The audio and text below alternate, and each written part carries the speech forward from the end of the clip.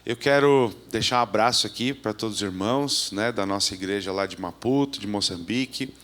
E, por favor, quando você tiver férias, né, e não souber onde você vai gastar o dinheiro das suas férias, venha estar conosco lá em Moçambique. Vai ser um prazer receber os irmãos, né, você passar um tempo lá com a gente, ver a obra de Deus, se divertir, fazer safari, ir às praias, expulsar demônios. Você vê que dá para fazer tudo. Numa única viagem você faz tudo, né? E isso é bom demais. Então você se sinta convidado, tá bom? Não se deixe iludir por essas imagens mentirosas da televisão de que a África é um lugar miserável, né? Que você vai voltar. Eu estava pregando esses dias numa igreja. E aí terminou o culto, a gente foi almoçar, aí tinha um casal assim, o esposo disse, pastor, tenho muita vontade de ir para lá. Nossa, e aí a esposa, Deus me livre. Eu nunca quero ir nesse lugar. Eu achei interessante a honestidade dela, né? Eu falei, mas por quê, irmã? Não, ficar doente, né? Não sei o quê. Eu fiquei olhando, falei, Jesus, ajuda a tua serva, Senhor. Né? Onde será que ela vive? Acho que ela já está no céu.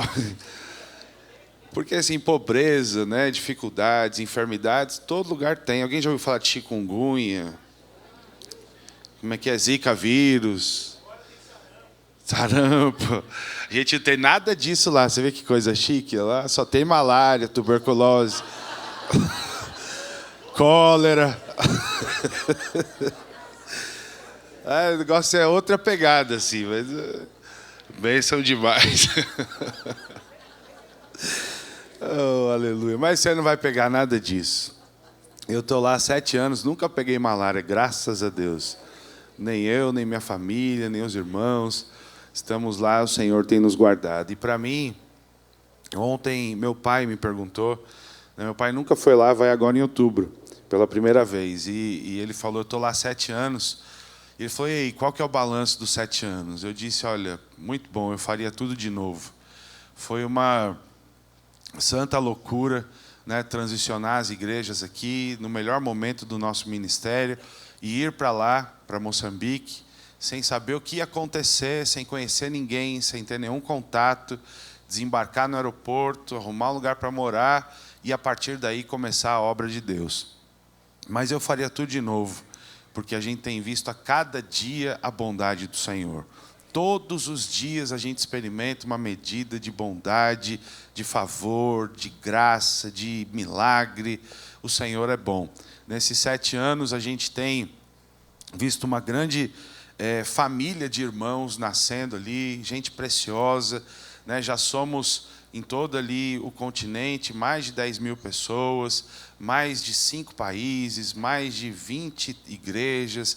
Em 7 anos, irmãos, isso só pode ser o mover do Espírito Santo. Então, queria te convidar a ver, a estar conosco, fazer parte. Uma grande alegria recebê-los lá, com certeza. Amém? Como o pastor Rodrigo disse, esse ano foi um ano complicado por conta do ciclone Idai, começo do ano. Nós perdemos os 9 prédios da cidade da Beira, mais as 2 escolas também. Uma das escolas a gente tinha acabado de reformar, e aí foi tudo para o ar, né? Literalmente. Assim. Nós, brasileiros, me permita dizer isso, a gente não tem noção do que é um ciclone. Eu, pelo menos, não imaginava. Assim. Os americanos estão preparados, né? Porque já tem isso lá com frequência, mas quando o governo começou a anunciar, os moçambicanos achavam, não, isso é só um ventinho, e a gente também não achava que era boato, não acreditou. Mas aí depois as agências de notícias do mundo inteiro começaram a reportar, e aí então a gente começou a levar a sério e dizer para os irmãos, saiam da cidade, mas vai sair para onde também, né? E não tem para onde, não tem um plano de evasão, não tem isso. E falei para o pastor Cristiano mandar a família dele para Maputo, porque a gente está a 1.500 quilômetros de distância, então lá a gente não sentiu isso. Mas ele mandou a família, mas ficou. E aí pensa no desespero, porque eu fui ter contato com ele 3 dias depois. Eu não sabia onde ele estava, só sabia que a estrada por onde ele tinha passado, a estrada tinha partido em 3 lugares, lá em 3 partes, né? E eu não conseguia falar com ele. Depois de 3 dias restabeleceu parte da comunicação. A cidade ficou sem água, sem energia, ficou sem telefone, sem internet, sem nada. 90% da cidade foi devastada. Quase 1.000 pessoas morreram. 6 pessoas da nossa igreja morreram, uma família, infelizmente.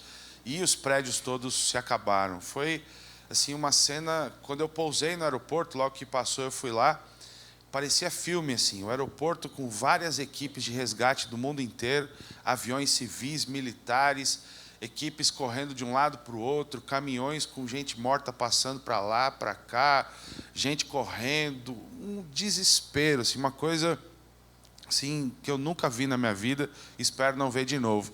Quando a gente saiu do aeroporto, a cidade toda destruída, árvores no chão, casas derrubadas, enfim. Mas em meio a toda essa situação, né, é impressionante ver que o Senhor guardou o coração dos nossos irmãos e que eles, de uma maneira muito grata ao Senhor, né, eu ouvi muitos deles dizerem assim: pastor, o ciclone pode ter levado as nossas coisas, mas não conseguiu levar a nossa fé. Nós cremos que Deus vai nos dar tudo de novo. E agora, recentemente, começamos a deixar os prédios minimamente funcionais, né, para os irmãos voltarem a congregar. E na cidade agora, nós vamos construir, em nome do Senhor Jesus, nesse prédio que é o prédio principal da cidade, nós vamos construir lá um complexo.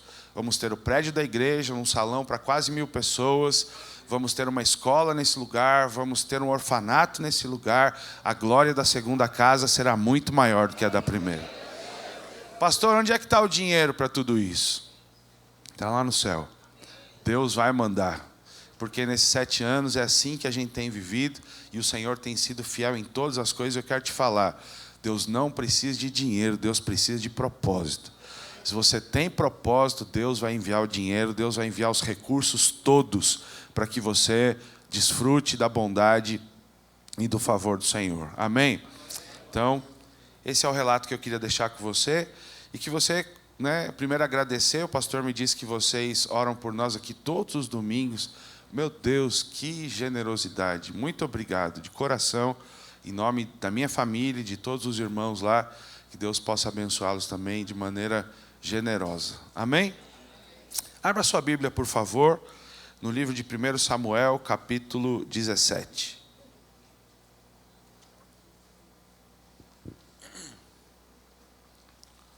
Sabendo que o filho do pastor Rodrigo vai ficar 1 ano comigo lá em Maputo, não é isso?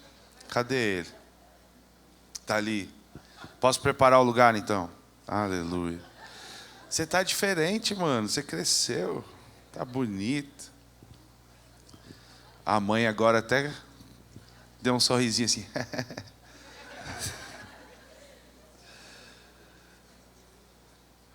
Tem uma filha de 13 anos lá, varão.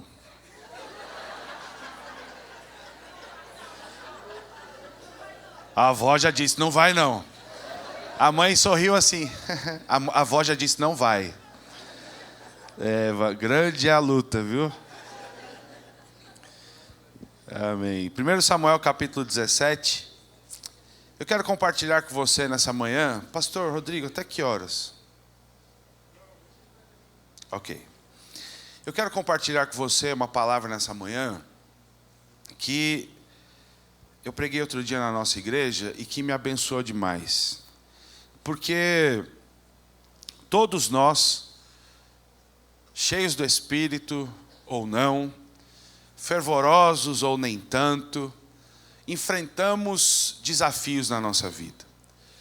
E esses desafios, por vezes, eles nos jogam para baixo, nos fazem assumir uma condição que definitivamente não é a que o Senhor espera de nós. Eu quero falar com você sobre um sentimento que vem ao nosso coração e que nos impede muitas vezes de viver plenamente aquilo que o Senhor separou para que nós pudéssemos viver. É bom a gente entender que nenhum de nós aqui, desde lá de cima até aqui embaixo, estamos vivos por acaso. Se nós existimos, é por conta de um propósito. Nós nascemos por causa de um propósito. Você não é fruto do acaso, você não é um acidente da natureza, você não é um descuido dos seus pais. Você existe porque Deus sonhou com você aqui na terra. Sua vida é um projeto de Deus. Você nasceu para ser feliz, você nasceu para experimentar alegria, você nasceu para ser realizado, você nasceu para ter um testemunho poderoso, você nasceu para construir uma vida vitoriosa, você nasceu para que no final da sua vida você possa olhar para trás e perceber um lastro de realização, de alegria, de bênção, de virtude, de uma vida maravilhosa, de uma vida plena com o Senhor. Deus não escolheu nenhum de nós aqui, nenhum dos seus filhos na terra para viver uma vida sofrida. Outro dia, aconselhando uma pessoa, ela começou a me contar a vida dela, e a vida muito sofrida. E muita dificuldade, muita luta, muito problema. E aí ela disse assim: pastor, mas eu me alegro com isso, porque essa é a vontade de Deus. Deus está me moendo, Deus está me provando, Deus está fazendo assim comigo, porque Ele quer algo maior de mim. E eu ouvi aquilo e eu fiquei tão indignado com essa mentalidade, com esse tipo de pensamento, porque esse não é o pensamento do Senhor Jesus. A Bíblia diz: bem sei os pensamentos que penso de vós, pensamentos de paz. Não pensamento sádico, não pensamento de ver você sofrendo, não pensamento de humilhar você, de torcer você, até porque nós nunca aguentaríamos a torcida de Deus, o aperto de Deus. Nós somos muito insignificantes, naturalmente falando. O pensamento de Deus a meu e a seu respeito é um pensamento maravilhoso, é um pensamento gostoso, é um pensamento de paz, é um pensamento abençoador. Se você entrou aqui nessa manhã triste, abatido, preocupado, ou até pensando que Deus está usando de algum método de sofrimento para depois te fazer feliz, eu quero dizer para você: mude a sua mentalidade hoje, porque os pensamentos que o Senhor pensa de você são pensamentos de paz. Você nasceu para ser uma bênção. Aleluia. Esse texto, como eu disse, é um texto conhecido, mas eu sei que Deus tem algo para nós aqui, amém? Vamos lá então, vamos ler. 1 Samuel capítulo 17, verso 1 diz assim: ora, os filisteus ajuntaram as suas forças para a guerra e congregaram-se em Socó, que pertence a Judá, e acamparam-se entre Socó e Azeca, em Éfes-damim. Saul, porém, e os filhos de Israel se ajuntaram e acamparam no vale de Elá e ordenaram a batalha contra os filisteus. Os filisteus estavam no monte de um lado e os israelitas estavam no monte do outro lado, e entre eles o vale. Então presta atenção na cena. Imagina aí. De um lado tem os filisteus, do outro lado tem os filhos de Israel, e no meio deles tem um vale. Certo? Estamos juntos aí? Então vamos lá. Verso 4. Então saiu do arraial dos filisteus um campeão, cujo nome era Golias de Gate, que tinha altura de 6 côvados e 1 palmo, trazia na cabeça um capacete de bronze e vestia uma couraça escameada, cujo peso era de 6.000 siclos de bronze. Trazia também grevas de bronze nas pernas e um dado de bronze entre os ombros. A haste da sua lança era como órgão de tear, e a ponta da sua lança pesava 600 ciclos de ferro. Adiante dele ia o seu escudeiro. Ele pôs de pé, clamava às fileiras de Israel e dizia-lhes: por que saístes da batalha? Não sou eu filisteu e vós servos de Saul? Escolhei dentre vós um homem que desça a mim. Se ele puder pelejar comigo e matar-me, seremos vossos servos. Porém, se eu prevalecer contra ele e o matar, então sereis nossos servos e nos servireis. Disse mais o filisteu: desafio hoje as fileiras de Israel, dai-me um homem para que nós dois pelejemos. Ouvindo Saul e todo Israel estas palavras do filisteu, desalentaram-se e temeram muito. Diga comigo: desalentaram-se e temeram muito. Olha só a descrição de Golias. Tinha no mínimo 3 ou quase 3 metros de altura. Seu equipamento pesava quase 600 quilos. Se você converter essas medidas aqui, você vai ver que dá quase isso. Era grande. E a Bíblia diz que ele era um campeão de guerra. E de um lado estavam os filisteus, do outro lado estavam os filhos de Israel. E esse Golias então sai para a batalha e começa a desafiar o povo de Deus. E começa a desafiar Saul e diz: olha, se tem alguém aí para pelejar, manda para cá. Porque se ele me vencer, nós seremos vossos servos. Mas se nós ganharmos, vocês é que vão nos servir. A Bíblia diz que Saul e os filhos de Israel, ouvindo isso, eles desalentaram-se e temeram muito. O que é desalentar? Desalentar significa um desânimo absurdo. Desalentar significa um abatimento. A mensagem de Golias, a afronta de Golias, produziu em Saul e em todo o seu exército um desânimo, um abatimento, uma fraqueza. Aquilo que Golias falava fez com que eles se sentissem com as suas forças completamente drenadas, esgotadas, exauridas. Terrível isso. Agora, será que era para ser assim?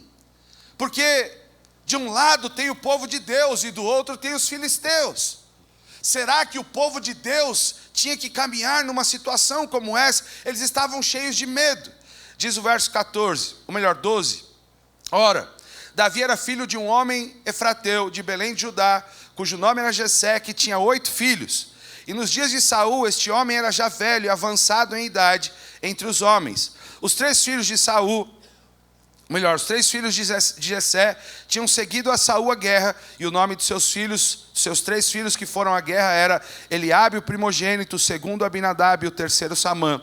Davi era o mais moço. Os 3 maiores seguiram a Saul, mas Davi ia e voltava de Saul para apacentar as ovelhas de seu pai em Belém. Chegava-se, pois, o filisteu pela manhã e à tarde, e apresentou-se por 40 dias.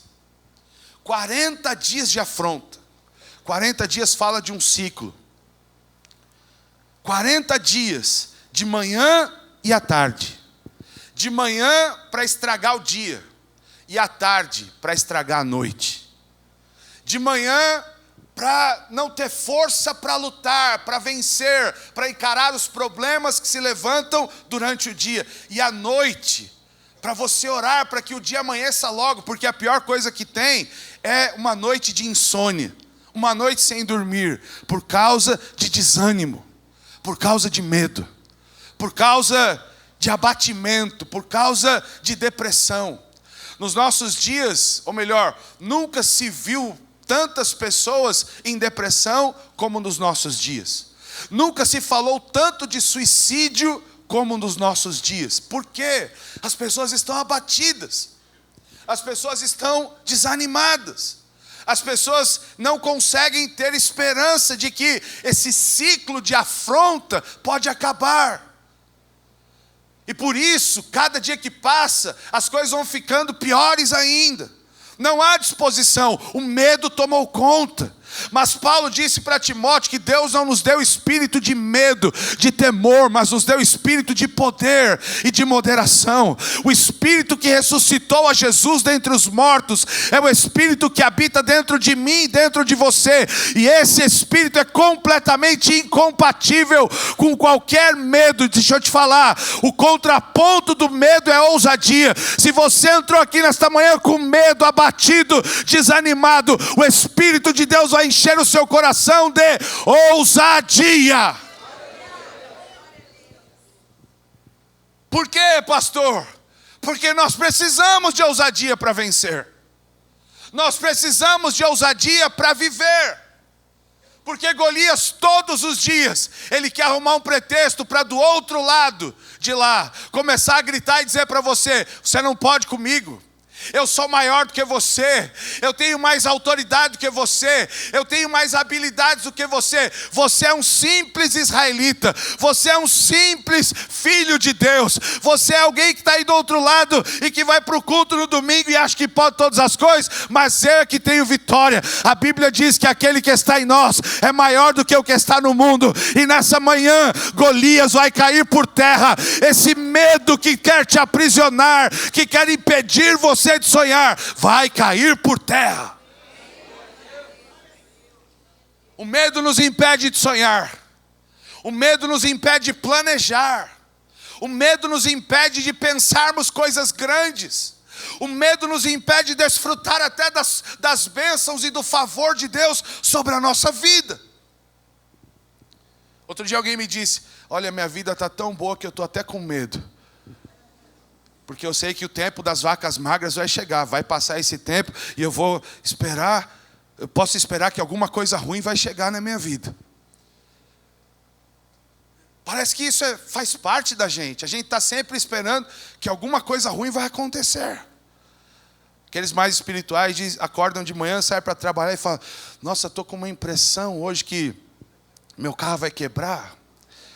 Estou com uma impressão hoje que eu vou atropelar alguém. Aí alguém de repente cruzou na frente do carro. Você está vendo? Era Deus que estava falando comigo. Parece que nós cultivamos essa sensação de coisas ruins. Não, esse medo precisa deixar a gente. Nós precisamos viver com expectativa de coisas boas. Está muito bom, mas vai ficar melhor ainda.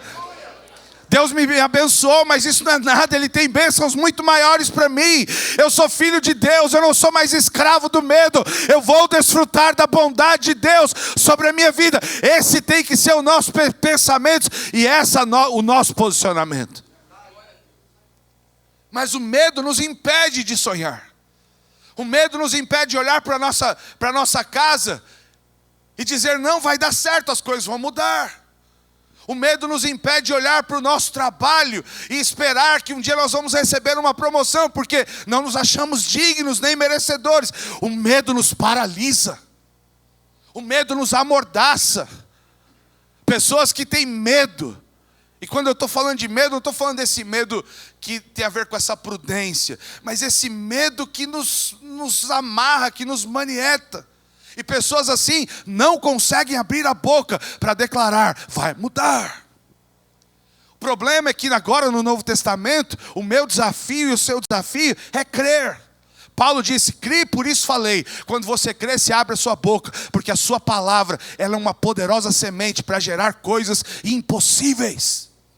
O que é impossível para você, não é impossível para Deus. Se você abrir a boca, Deus vai fazer. Se você declarar, Deus vai fazer. Se você liberar palavras, a doença vai ter que ir embora. A pobreza não vai resistir. As dívidas não vão chegar. Nada vai poder estar diante de você, porque Deus te deu autoridade. Lança fora o medo. Tira o medo. Saul estava com medo. 40 dias. Todos os dias, Golias vinha lá para afrontar. 40 dias, 40 dias, 40 dias. Você pode imaginar isso? Ouvir uma afronta durante 40 dias.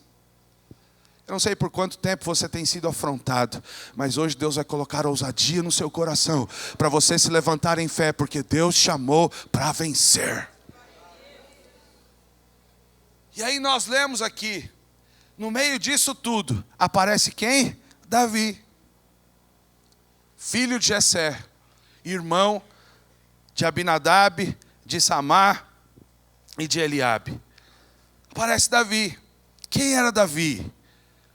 Alguém que Deus tinha falado com Samuel, um capítulo antes aqui, para derramar sobre Davi uma unção. Davi então é desafiado pelo seu pai. Vamos ler aqui o verso 17. Disse então Jessé a Davi seu filho: toma agora para teus irmãos um efa deste grão tostado e estes 10 pães, e corre e levá-los ao arraial a teus irmãos. Leva também estes 10 queijos ao seu comandante de 1000, e verás como passam seus irmãos, e trarás notícias deles. Ora, estavam Saul e eles, e todos os homens de Israel no vale de Elá, pelejando contra os filisteus. Davi então se levantou de madrugada, e deixando as ovelhas com guarda, carregou-se e partiu, como Jessé lhe ordenara. E chegou ao arraial, quando o exército estava saindo em ordem de batalha, e dava gritos de guerra. Os israelitas e os filisteus se punham em ordem de batalha, fileira contra fileira, e Davi, deixando na mão do guarda de bagagem a carga que trouxera, correu às fileiras, e chegando, perguntou a seus irmãos se estavam bem. Enquanto ainda falava com eles, eis que veio subindo do exército dos filisteus o campeão, cujo nome era Golias, o filisteu de Gate, falou conforme aquelas palavras, e Davi as ouviu. E todos os homens de Israel, vendo aquele homem, fugiam de diante dele, tomados de pavor. No verso que a gente leu aqui agora, no verso 23, a Bíblia diz que Davi ouviu. Davi ouviu. E a hora que Davi ouviu o que Golias tinha dito, alguma coisa explodiu dentro de Davi. Vamos aprofundar aqui. Aleluia. Verso 25. No verso 24 você viu que todos ouviam e fugiam. Verso 25. Diziam os homens de Israel: viste aquele homem que subiu? Pois subiu para desafiar a Israel. Ao homem, pois, que o matar, o rei acumulará de grandes riquezas, e lhe dará sua filha, e fará livre a casa de seu pai em Israel. Então falou Davi aos homens que se achavam perto dele, dizendo: que se fará o homem que matar a esse filisteu, e tirar a afronta de sobre Israel? Pois quem é esse incircunciso filisteu, para afrontar os exércitos do Deus vivo? Deixa eu te perguntar uma coisa. O que Davi ouviu era diferente do que Saul estava ouvindo há 40 dias? Não. Foi a mesma coisa. Por que para uns parece que as coisas soam de um jeito e para outros parece que soa de outro jeito? Saul estava vendo o mesmo Golias e ouvindo o mesmo Golias que agora Davi vê e ouve. A questão é que Saul, que era o rei, que era o líder, e aí eu quero abrir um parênteses aqui: quando o líder não lidera, o povo perece. Que era o líder, que era quem deveria pular na frente, chamar a responsabilidade, resolver a situação, fica parado, está amedrontado, está angustiado, não vê saída, parou. Golias te para. Golias cerceia seus movimentos. Golias se torna um limitador na sua vida. Golias te impede de avançar. Golias estabelece um limite, fala: daqui você não passa, daqui você não avança. Quantos estão entendendo o que eu estou falando aqui nessa manhã? Só que aí chega Davi, e aí as pessoas começam a dizer: olha, quem matar, o rei já prometeu até a filha para quem matar. E aí Davi fala: quem é esse incircunciso filisteu para afrontar o exército de Deus vivo? Em outras palavras, quem é esse cara diante do nosso Deus? Ele pode ser grande, ele pode ser muito poderoso, ele pode ser um campeão de batalha, mas o meu Deus é o Senhor dos exércitos. O meu Deus é maior do que todas as coisas. O meu Deus, Ele sempre tem uma saída para nós. O meu Deus, Ele é poderoso. Quem é esse cara? E é sempre o improvável, não é? Porque o provável é Saul, mas é o improvável que olha a situação e fica inconformado. Paulo diz lá em Coríntios que Deus não chamou a muitos nobres e sábios, mas Ele escolheu aqueles que não são, para que sejam. Eu e você somos os improváveis. Eu e você somos aqueles que não são e que jamais seriam, se não fosse o poder de Deus sobre nós. Você é, você pode, você sabe, você tem, você consegue, você vai dar certo. Falei para o seu vizinho, sacode ele e fala: você está ouvindo que Deus está falando com você?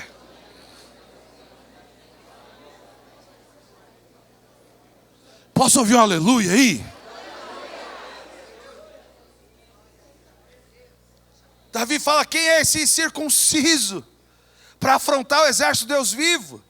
E o povo lhe repartiu, ou melhor, lhe repetiu a palavra, dizendo: assim se fará o homem que o matar.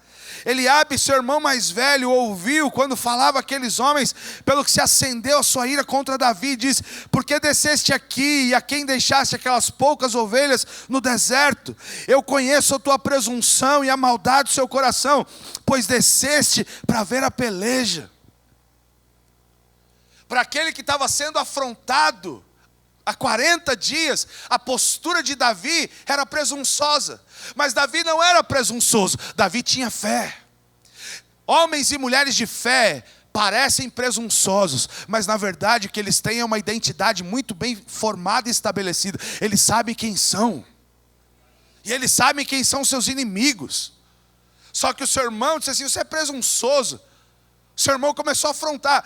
Outra coisa interessante nesse texto, que Saul oferece a filha. Ao invés de ir lá, ele pega a filha e coloca a filha como prêmio.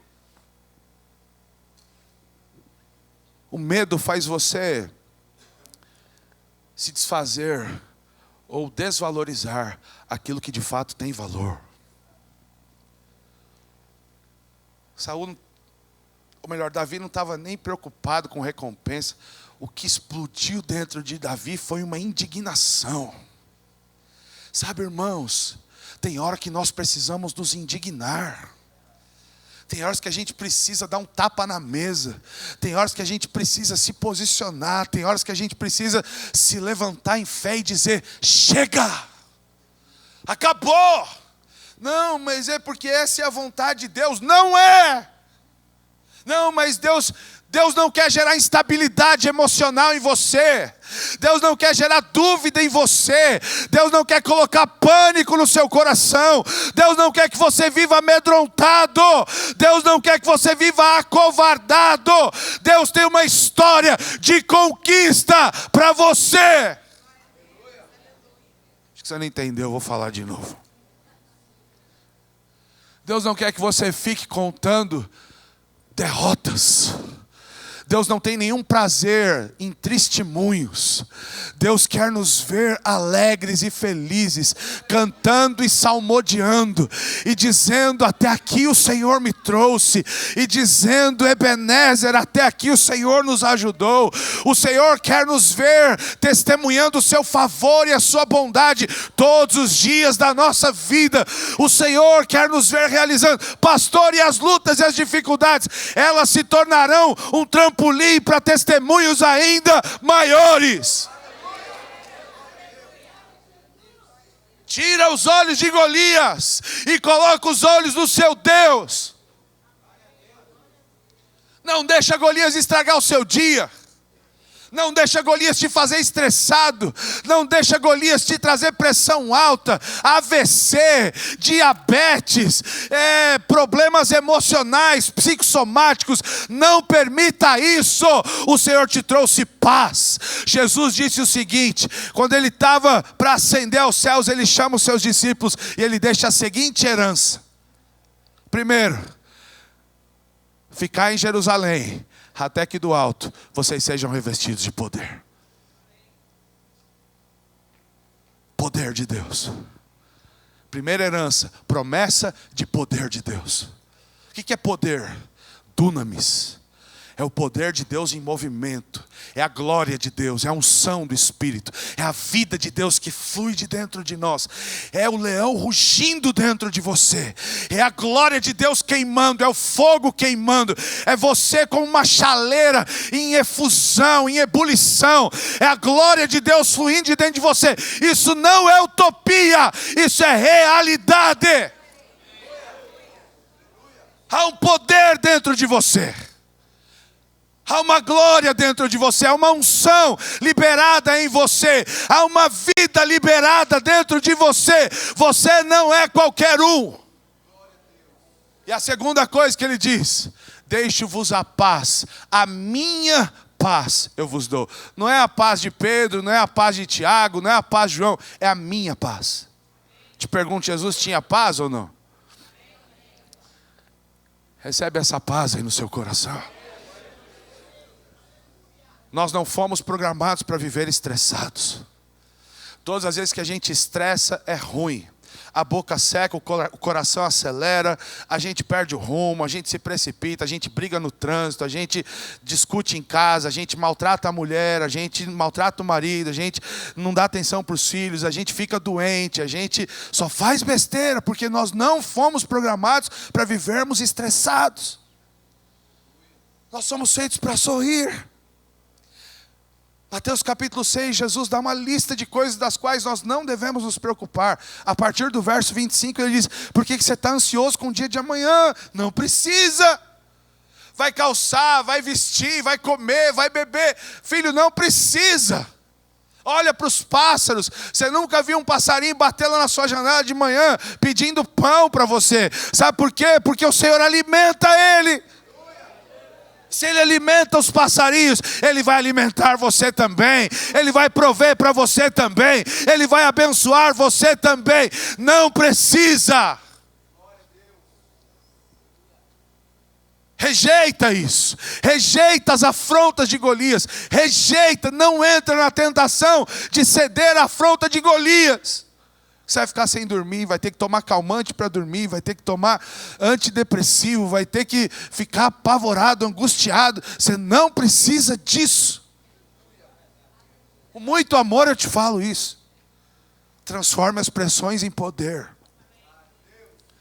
Quem está te falando isso é alguém que está em África, num país muito difícil.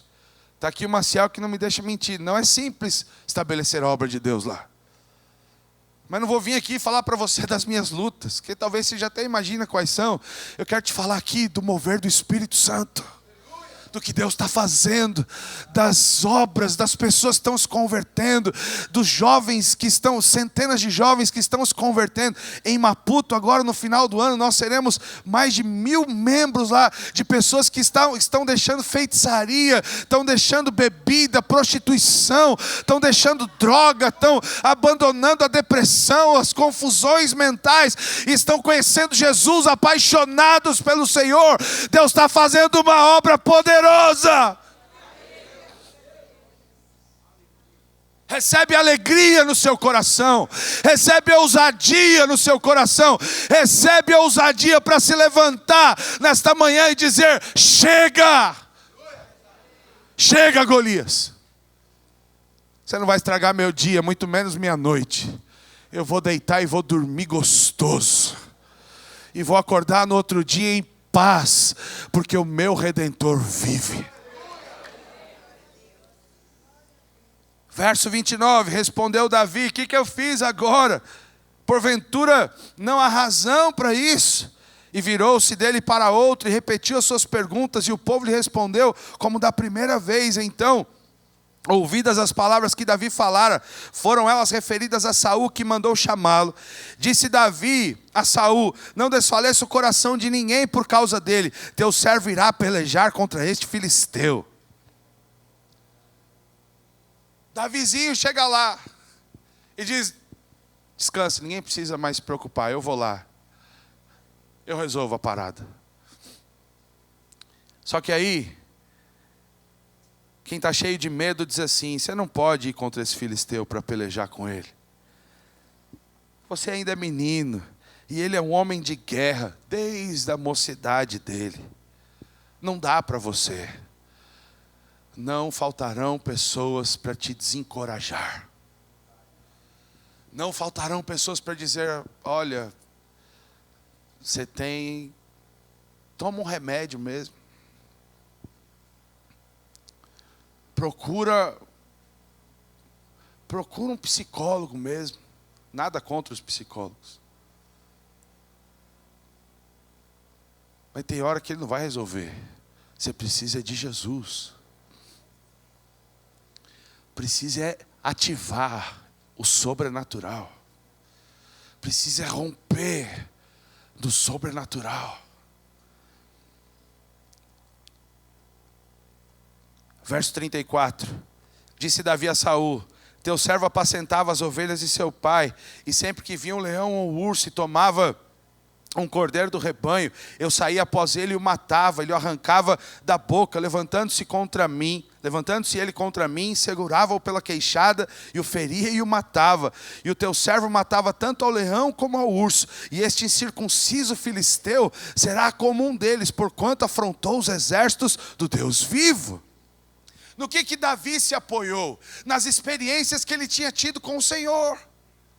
Se Deus deu vitória contra o leão e o urso, Deus vai dar vitória contra Golias também.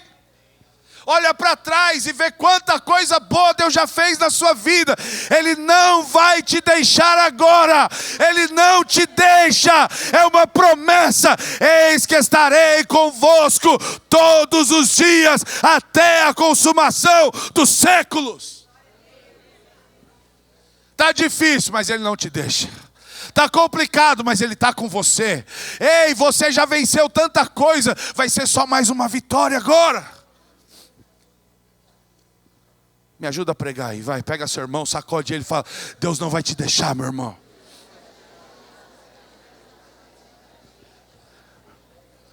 Mexe aí que vai passar o frio. Dá um glória aí que passa o frio. Deus não vai te deixar. Deus não vai desamparar você. Deus não vai deixar você no caminho. Deus não fez uma pegadinha com você, te trouxe até aqui e falou: agora se vira que eu te espero lá na glória. Não, Ele está te conduzindo pelo Espírito Santo até o último dia da sua vida aqui na terra. Aleluia. O que é Golias para quem matou leão e urso? O que é essa luta para quem já teve tanta vitória? Nós cantamos aqui: se não fosse o Senhor, nós não estaríamos aqui. O que nós podemos fazer daqui para frente agora? O que nos espera é uma vida vitoriosa. Você nasceu para dar certo. Grandes coisas vão acontecer, coisas maravilhosas vão acontecer, ainda neste ano de 2019.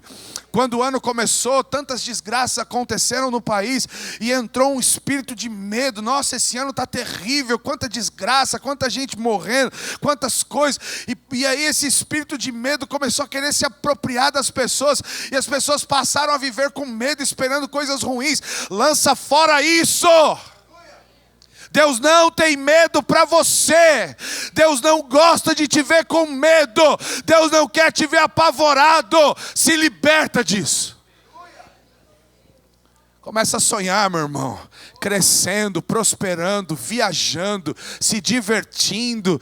Começa a sonhar com uma família abençoada, com um casamento feliz, com um relacionamento poderoso. Começa a sonhar com coisas maravilhosas. Olha para os seus filhos e começa a declarar palavras sobre o futuro deles. E declare: ah, pastor, mas é que o meu filho...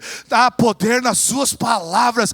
Você vai ver as suas profecias se cumprindo. Libera a palavra. As coisas não acabaram. Deus não chamou você para morrer numa caverna. Não, Deus está hoje mandando: tira a pedra, porque a ressurreição vai chegar. Aleluia.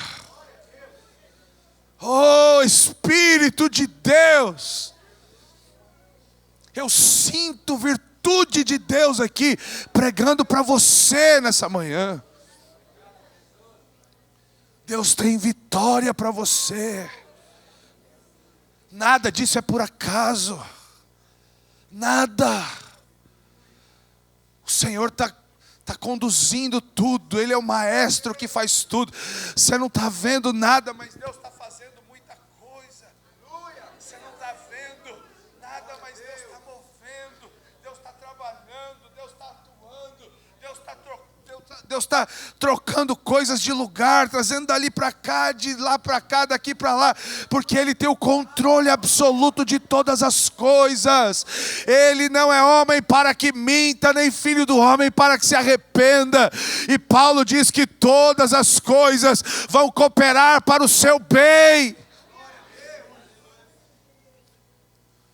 Posso ouvir um aleluia aí? Não temas, diz o Senhor. Não retroceda, diz o Senhor. Aleluia.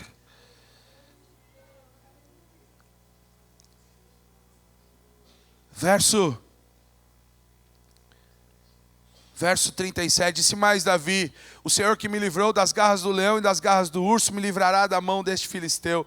Então disse Saul a Davi: vai, e o Senhor seja contigo. E vestiu a Davi da sua própria armadura, pôs-lhe sobre a cabeça um capacete de bronze e o vestiu de uma couraça. Saul falou: vem cá, deixa eu pôr minha armadura em você. E vai. Aí olha só,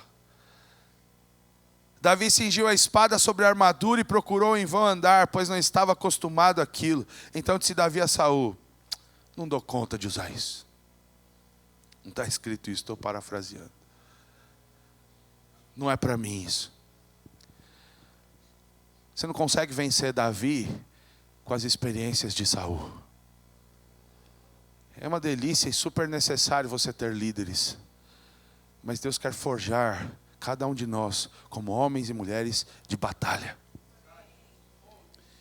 Porque o que vai contar não é o peso da armadura de Saul, mas é a experiência de Davi. É aquilo com que Davi tem habilidade, é aquilo com que Davi sabe trabalhar, sabe lidar. Davi falou: não dá para mim, isso aqui é muito, é pesado. Não é que é ruim, é bom para você, mas eu só sei de uma outra forma. Então, tomou na mão o seu cajado, escolheu do ribeiro 5 pedras lisas e colocou-as no alforje de pastor que trazia, a saber, no surrão, e tomando na mão a sua funda, foi-se chegando ao filisteu. O que Davi pega? Cajado, arma de pastor. Davi pega sua experiência de pastorear. Davi pega suas habilidades de pastorear. Não despreze. Você que é líder nessa igreja, deixa eu te falar uma coisa aqui com muito amor. Não despreze as experiências que Deus tem te dado. Não despreze. Todas elas servem, são armas espirituais para que você possa ir para um nível maior. Não despreze. Parece bobagem. O que são pedras? O que é uma funda? O que é um alforje? O que são essas pedrinhas? Não despreze-as. Elas te habilitarão a passar para um outro nível, para uma outra fase. Tudo que Deus faz é aproveitado. Tudo. Nada é desperdiçado. Tudo é aproveitado. O filisteu também vinha se aproximando de Davi, tendo à sua frente o seu escudeiro. Quando o filisteu olhou e viu Davi, desprezou-o, porquanto era jovem, ruivo e de gentil aspecto. Esse é o papel de Golias, desprezar Davi. A cara de Golias é desprezar Davi. A cara de Davi é se manter posicionado para matar Golias. As circunstâncias vão sempre querer dizer que você é alguém insignificante. Vão querer dizer que você não é ninguém. Mas olha a postura de Davi. Disse o filisteu a Davi: sou eu algum cão para tu vires a mim com paus? E o filisteu pelos seus deuses amaldiçoou a Davi. Disse mais o filisteu a Davi: vem a mim, e eu darei a tua carne às aves do céu e às bestas do campo. Davi, porém, lhe respondeu: tu vens a mim com espada e com lança e com escudo, mas eu venho a ti em nome do Senhor dos exércitos, o Deus dos exércitos de Israel, a quem tens afrontado. Hoje mesmo o Senhor te entregará na minha mão, ferir-te-ei e tirar-te-ei a cabeça. Os cadáveres do arraial dos filisteus darei hoje mesmo às aves do céu e às feras da terra, para que toda a terra saiba que há um Deus em Israel. Todo o tempo Davi está fiado em Deus, não nele. Não pense que você vai vencer por conta própria, confie no Senhor. Golias é grande mesmo, mas o nosso Deus é maior. Golias é habilidoso mesmo, mas a habilidade do Senhor, que é muito maior, está sobre nós. Golias pode ter uma voz alta e intimidadora, querendo transmitir um espírito de intimidação para você, mas o Espírito que ressuscitou a Jesus dentre os mortos, eu amo essa frase, Ele é poderoso e Ele habita dentro de nós, e toda intimidação cai por terra hoje. Qual é o teu Golias? Qual é o gigante que tem afrontado você? Qual é o gigante que tem tentado pôr a mão no seu peito e dizer para você, daqui você não passa? Você está achando que eu sou algum cão para você vir com paus e com pés? Eu vou te matar hoje, Davi. Você vai dizer para ele, não, quem vai morrer hoje é você. E ainda hoje, eu vou acabar com o seu reinado na minha vida. Chega de todo ciclo de afronta. Deus me chamou para vencer. Deus chamou essa igreja para vencer. Deus chamou você para ter êxito. Deus chamou você, eu não me canso de profetizar isso sobre a sua vida, para ser um líder exitoso. Deus chamou vocês para fazer um barulho nessa cidade, para fazer barulho em outras cidades, em outras nações. Tudo parece pequeno, mas Deus chamou vocês para coisas grandes. E está liberada essa palavra, e quem crê, anote, porque você vai vê-la se cumprindo. Deus te chamou para coisas grandes. Grandes. Mas Golias é grande, mas o nosso Deus é maior, é mais poderoso, é mais estratégico, é mais sábio, é mais inteligente. Aleluia. Oh, bendito Senhor. Oh, aleluia.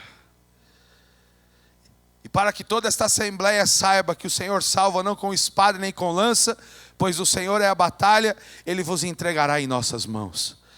Eu fico impressionado com a declaração de Davi.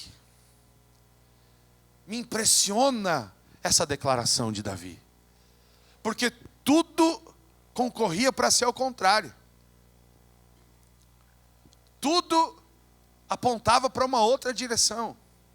Te pergunto, o Golias que Davi estava vendo aqui, não era o mesmo que Saul estava vendo? Era o mesmo. Por que que um vê de um jeito e outro vê de outro jeito? Identidade.